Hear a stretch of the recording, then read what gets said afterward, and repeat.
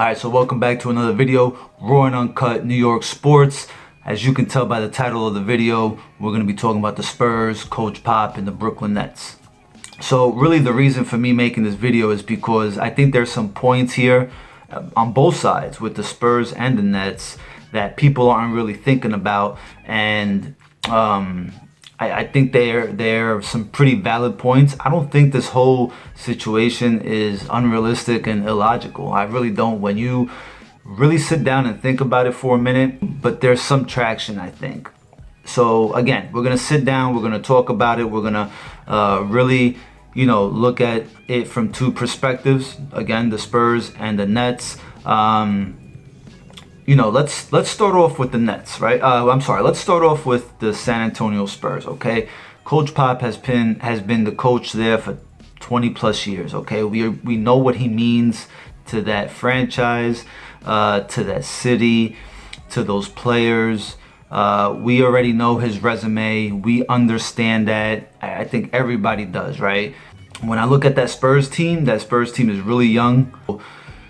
So yeah. The way the league has transformed, I don't believe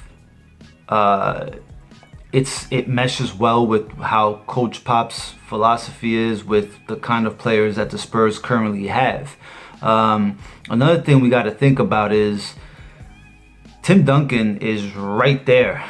He's right alongside Coach Popovich. He's next in line. Now, whether Coach Pop finishes out his contract or not, Tim Duncan is going to be the next head coach of the San Antonio Spurs, okay? And just for the record, I don't fucking follow the Spurs, but, just as an outsider looking in, I think we can all agree Tim Duncan is going to be the next coach of the Spurs at some point. Coach Pop signed a contract extension in 2019. I think it's for like 3 years, but I seen a tweet from Wojo when Coach Pop signed his extension, and his tweet reads, something along the lines of, make no mistake about it, Coach Pop is coaching on a year-to-year basis, which to me means at any time if Coach Pop feels like he wants to retire or go somewhere else or whatever the case may be, right? He's got that flexibility. I think the franchise owes it to him, right? When we talk about loyalty, there's loyalty amongst, both of them, right? Coach Pop and the Spurs, and I think it goes both ways. So if Coach Pop went to the front office and says, hey, I want to opt out of this deal or buy me out, or, or I just want to retire, or, I have another opportunity somewhere else, I think there's loyalty there that the franchise, the Spurs, would honor what Coach Pop wants. So again, I think his run with the Spurs has kind of fizzled a little bit, and again, just the way the team is structured, a very young team. I don't know if Coach Pop is the right coach for the players. Like, you don't have Manu Ginobili, you don't have a Tony Parker, you don't have a Tim Duncan there, You don't have those type of players with this group. So I don't know if Coach Pop really is willing to take on that challenge, okay? And if I missed a point or two with the Spurs, I'll go back to it, all right? So let's switch over to the Nets real quick. Okay, I'm gonna start off by saying this: Tom Thibodeau, Tyronn Lue, Jacque Vaughn. I'm not gonna mention Jacque Vaughn. Jacque Vaughn deserves a chance with the Nets, but Jason Kidd. I'm not sold on none of these coaches to be the leader in that locker room. And from a coaching perspective, I'm not sold on none of those coaches at all. I do believe that Jacque Vaughn should get a chance, because I don't think it's fair to judge him with this whole playing in Orlando. I don't think it's enough time, enough games to really go by. He doesn't have a full roster, so I don't think it's fair. I think he does deserve a chance, okay? But when you look at this roster, okay, the two main people, okay, we have two top 10 players on this team, Kevin Durant and Kyrie Irving. These are two of the best players in the world, okay?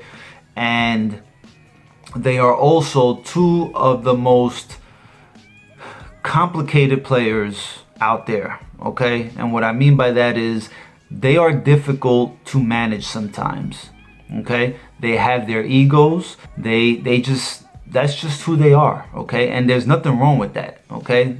They're great people. They're great ball players, but they also come with deficiencies, okay? Like everything, there's good and there's bad, and you got to take both, okay, as they come.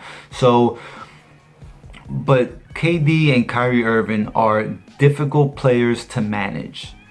And I don't think that Tom Thibodeau, I don't think that Jeff Van Gundy, Mark Jackson, Tyronn Lue, and whoever else you want to throw into the mix, I don't think none of them can manage those two players with all, I don't think none of them can manage them. Okay? So the only coach that I see that can manage these two players, okay, beyond X's and O's, is Greg Popovich.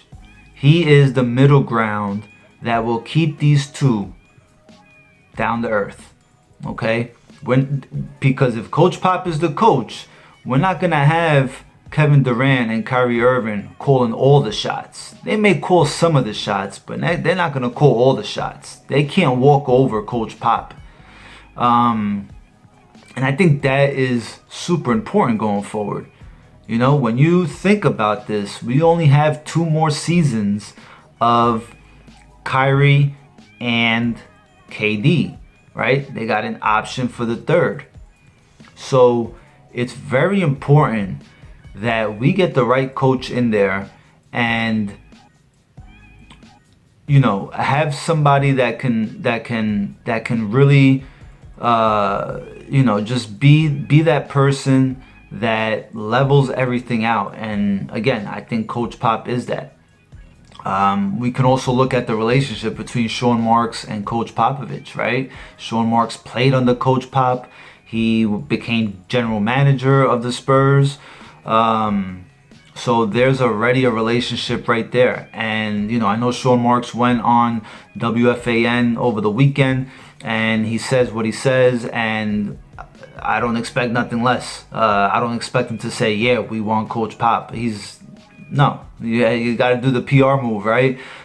So I take whatever he said with a grain of salt, and you know, there is a connection there. I don't care what people say, there is a connection there, okay? And you can't tell me that Sean Marks wouldn't be, you know, jumping for joy if he could have Coach Pop over. All right, now we can look at Coach Pop and Kevin Durant.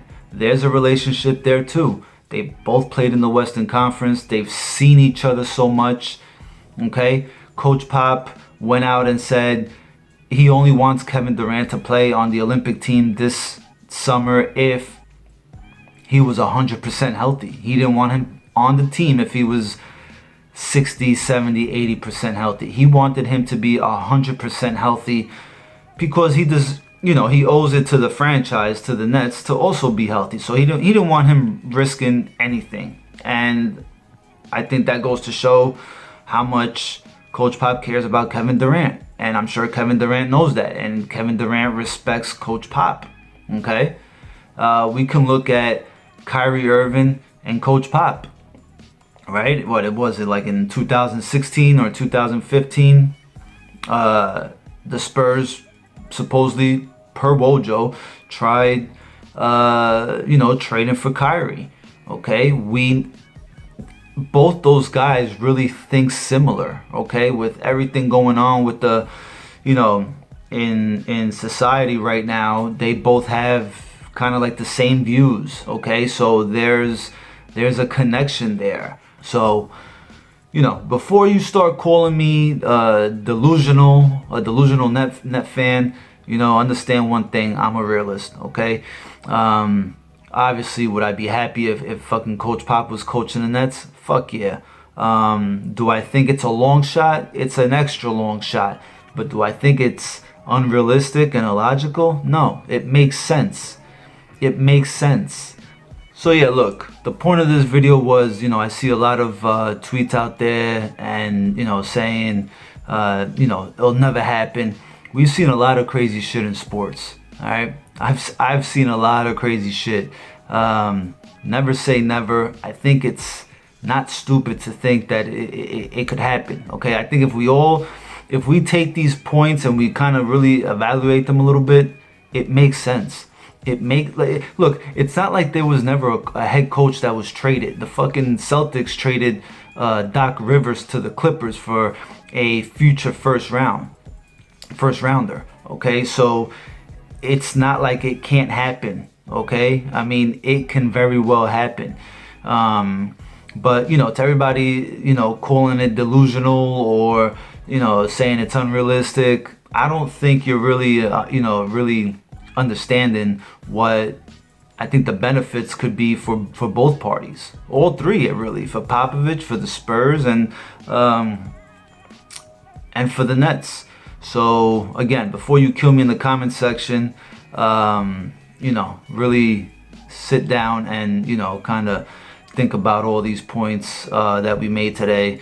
And so look, in the meantime, the Spurs are fighting for a playoff spot. The Nets are fighting for a playoff spot. I think as Net fans, we should be pretty excited about everything that's going to happen going forward. We get back Kevin Durant, Kyrie Irving for next season. But right now, we need to appreciate Caris LeVert. I think the man's going to go off, especially with Dinwiddie announcing that he's not going to be traveling to Orlando with the Nets. The time to shine. This is going to be Caris LeVert's shining moment right here. I think he's going to show us what his potential is, and I welcome him as our third superstar. I think he can be that guy that plays along Kevin Durant and Kyrie Irving and really excels in that role. So I'm excited to see Caris LeVert. I think you should be too. And so yeah, that's about it. We're gonna wrap this puppy up. Hope you guys enjoyed the video. Keep it raw and uncut.